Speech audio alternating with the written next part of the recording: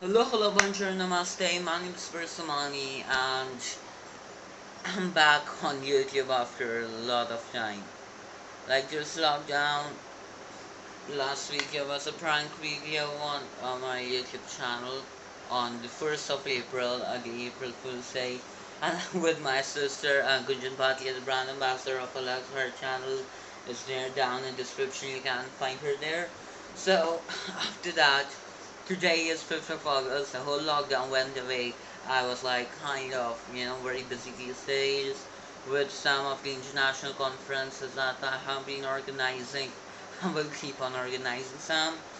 Of course, the school and online classes and these things.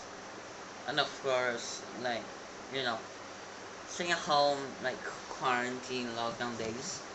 So, as there is like very tough time going on, there won't be any vlogs there on the channel.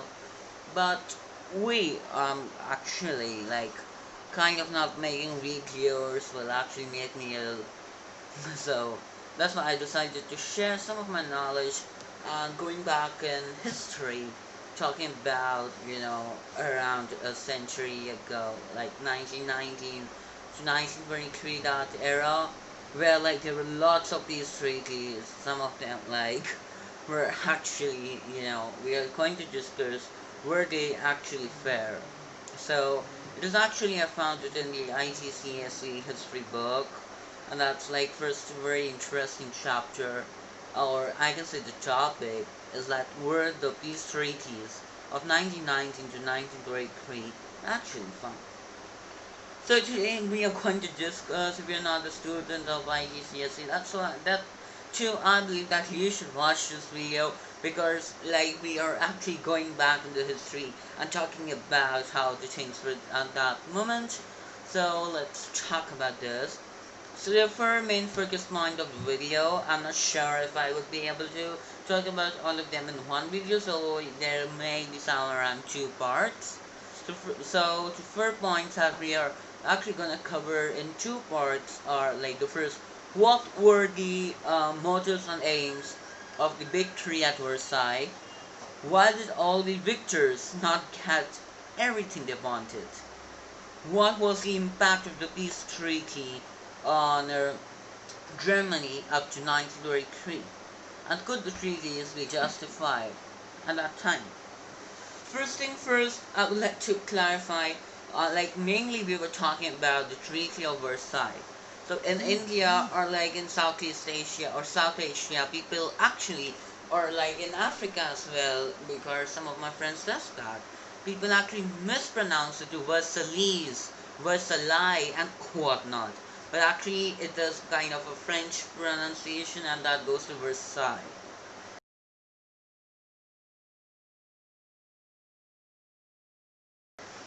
So first thing, let's talk about the main thing in this topic, or like what we are going to discuss today, is the word fair. So what does fair mean? Like anything I believe that appropriate in the circumstances, when a person is honest, dispassionate, unbiased, honorable, open-minded, lawful, and even-handed. Like suppose there is a child. Okay, I'm just thinking of an example right now here. So suppose there is a child who actually, or you can say, let's go to our MUN thing, not going to jail, because most of my friends are actually great MUNers. So like suppose there's a delegate who's kind of misbehaving, like calling their chair, maybe something bad. So now, what should be a fair punishment for him? So I believe that on a scale, if you see, there are three kind of punishments that could be there. So the first one, that can be like the easiest, just to give him a warning and say not to do that. Now, the extreme punishment can be blacklisting from Alex organization, because that's like we're organizing around 5th edition to 6th edition will be up on 15 and 16 of August 2020, and then we have like lots of collaborations. So the extreme punishment for abusing with a chair can be to blacklist his or her for doing this nonsense and informing all our collaborations that okay, this person is doing this as this thing, so yeah, let's just blacklist him. So like easiest is just to give him a warning and continue the way we were doing. And the extreme punishment is to blacklist that person. However, what would be fair? Like that's on the viewer to decide. We need to find something in between, not too extreme because the person may be doing it for the first time, and there can be a great reason why the person is doing. Maybe a person doesn't want to hurt somebody, and like maybe it is by mistake, or you're calling some friend these nonsense, and then you're unmuted. So these things can happen basically. So that's why like it's like we need to be lawful. Okay, so lawful means that whatever are the terms and conditions that the person, the delegate signs while registering, has states that. Then we need to be honest, we need to be unbiased, and most important, we need to be appropriate in those circumstances. Like, what if a person did not want to do that, or he was calling his friend something like that, and we misinterpreted that he is calling the chair? Such things do happen. So that's why the fair punishment is what basically it should be appropriate in the circumstances. Now, today we are going to talk about some Versailles settlements, and the first thing that we need to talk about is the personalities of Big Three.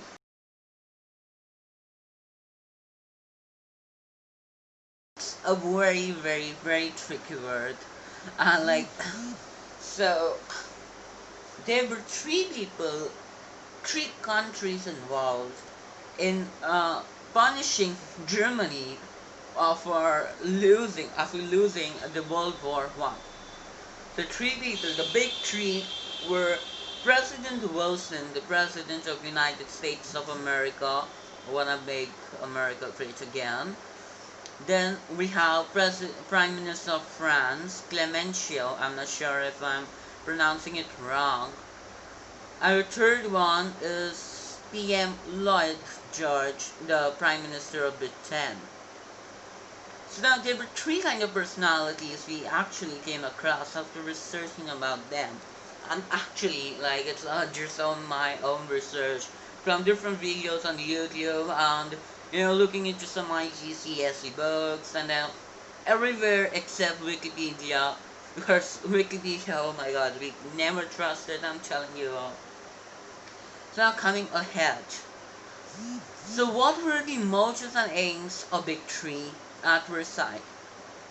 So it was the Versailles Treaty, actually it was around 1919 when the Treaty of Versailles was signed. I'm not sure, I believe yes. So the first person that we are going to talk about is President Wilson of United States of America. So let's talk about what he believed. So he believed in no more secret treaties. He wanted to reduce the arms. He wanted to treat colonies fairly. Again, this word fair will come again and again in this video. So fairly. He wanted to open trade in Europe. He was self-determined. He wanted to promote democracy. And he wanted to establish an international association. Now, what were the motives of President Wilson? So he actually wanted to break old system, like just break the old system down, and actually he wanted international cooperation. Now here I want you all to mind that fact when we go back in the history, United States of America, my opinion, don't quote me on this, but I believe that they were not so severely damaged in the war like Germany and France and these countries. So that's why there may be like these hubs coming up for international cooperation, which is a great thing, I must say. Now, what were his aims? Now, there's a difference between motives and aims that I want you all to go through it and like, let's see, I'll tell you in the next part if you, and then here and see if you could find out the correct thing or not.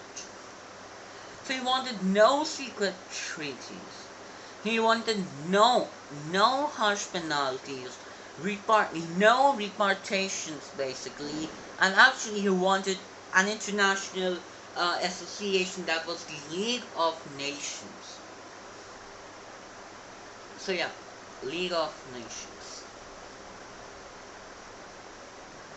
Now, going ahead with these things, there was the second person to own this big treaty. Prime Minister Clemenceau, the Prime Minister of France, the then Prime Minister of France. He was a long-term politician who was actually known as the Tiger. He actually lived through Franco-Prussian War in 1870, and he wanted to strip Germany of any ability to wage war again. Now let's come to his motives, what I feel. Or like I have researched that he basically wanted to destroy Germany. And actually France was severely damaged by war. And France was somewhere very scared of being invaded again. Now he wanted huge reparations, and that's like kind of penalties. And he actually wanted to humiliate Germany. Humiliate. Like if you are actually humiliating a great country who just lost the World War, like,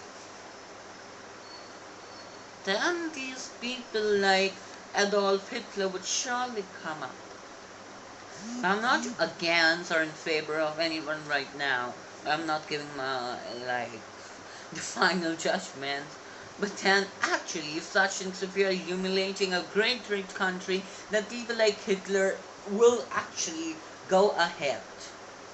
Then he also wants to take away their fighting force so that, Germany cannot actually wage war against France. Now there is a third person, PM Lloyd George. So he was the Prime Minister of the Great Britain. He wanted Britain to be competitive in business in Europe. If somehow fiat communism may rise in Europe, he wanted to maintain Britain's colonies like India. He wanted to keep Britain's navy strong because United Kingdom right now, it's like there was an island. So now he wants, of course, if you are a prime minister of an like such country, of course you would need a very strong name. He actually wanted to punish Germany, but not too hardly like France, and not too leniently like President of USA, President Wilson. Now he doesn't want to break the system, though he was damaged with war, and he didn't want any future war or any shift in power. He wanted to keep Germany viable, small penalties to be given, and he wanted to make sure his actually a kind of bro country, France, to be safe in their closet, and actually wanted to soften their prime minister's demands. So now, after going through these personalities, we actually come up to that President Wilson was actually had actually a really very idealist nature, very ideal person. And on the other hand, Prime Minister of France was like really extremist. Oh my god, you Germany, how dare you invade us, get lost. So he was like that kind of person. Now in between somewhere like if you take it a scale for 1 to 5, the first one was the easiest, lenient, idealist person, President Wilson. Extremist comes at 5 p.m. Clemenceau, the Prime Minister of France. And in between, we can say 3 or 2.5. There comes PM Lord George, the Prime Minister of Britain. So he was like really realist person, I must say. And actually, that's what mentioned is in our book. So now, before we end this great video or boring lecture, I'm sure that you're not going to actually like this video, but yeah, if you would like, that would be a great pleasure for me. So talking about stocks, like before we end, like there were around like great losses, and like least I can say, if we talk about in France, Great Britain, USA, and Italy, these were like USA. And like USA had actually a very idealist point of view or idealist personality. So that was kind of like, I'm not sure, but maybe in future some less damage or like, I'm not sure. So now, in the next video, we will be talking about the main terms of the very harsh and humiliating treaty for Germany. That was the Treaty of Versailles. It has 5 main clauses that we are going to discuss in our next video. So it was just this much for today's such a long video, like lasting for around 16 to 17 minutes. I'm not sure how many of you are here listening to the whole video, and though it was not like my normal videos, like vlogging and then having fun, though it's like always fun to read history, but you know, it goes in this way. So thank you very much watching this video. In the next video, we are going to talk about the Treaty of Versailles, not Versailles or Versailles or whatever. It's Versailles. So yeah, thank you very much for this one watching this. Don't forget to like this video. Also go in the description to check out Gunjan Mom's channel. She's a brand ambassador of Alex. I like, you know, that's like her songs are like really melodious. So if you're tired of listening to my voice, then go and relax listening to her. So yeah, all the best. Yeah, we are coming up with Alex Imati when on 15th and 16th of August 2003. So the link will be here somewhere nearby. Oh, sorry. Like, I'm actually more into Instagram, so my now says it's bio, but actually it is description. So the link will be somewhere in the description, so yeah, you can go and check that out. Thank you very much, have a nice time. See you soon with the next video. Okay, bye bye. Okay, you are still here? Just go in the description and register for Latina or watch Gunjan Moms and hear her song. Yeah, bye bye. Now let's go.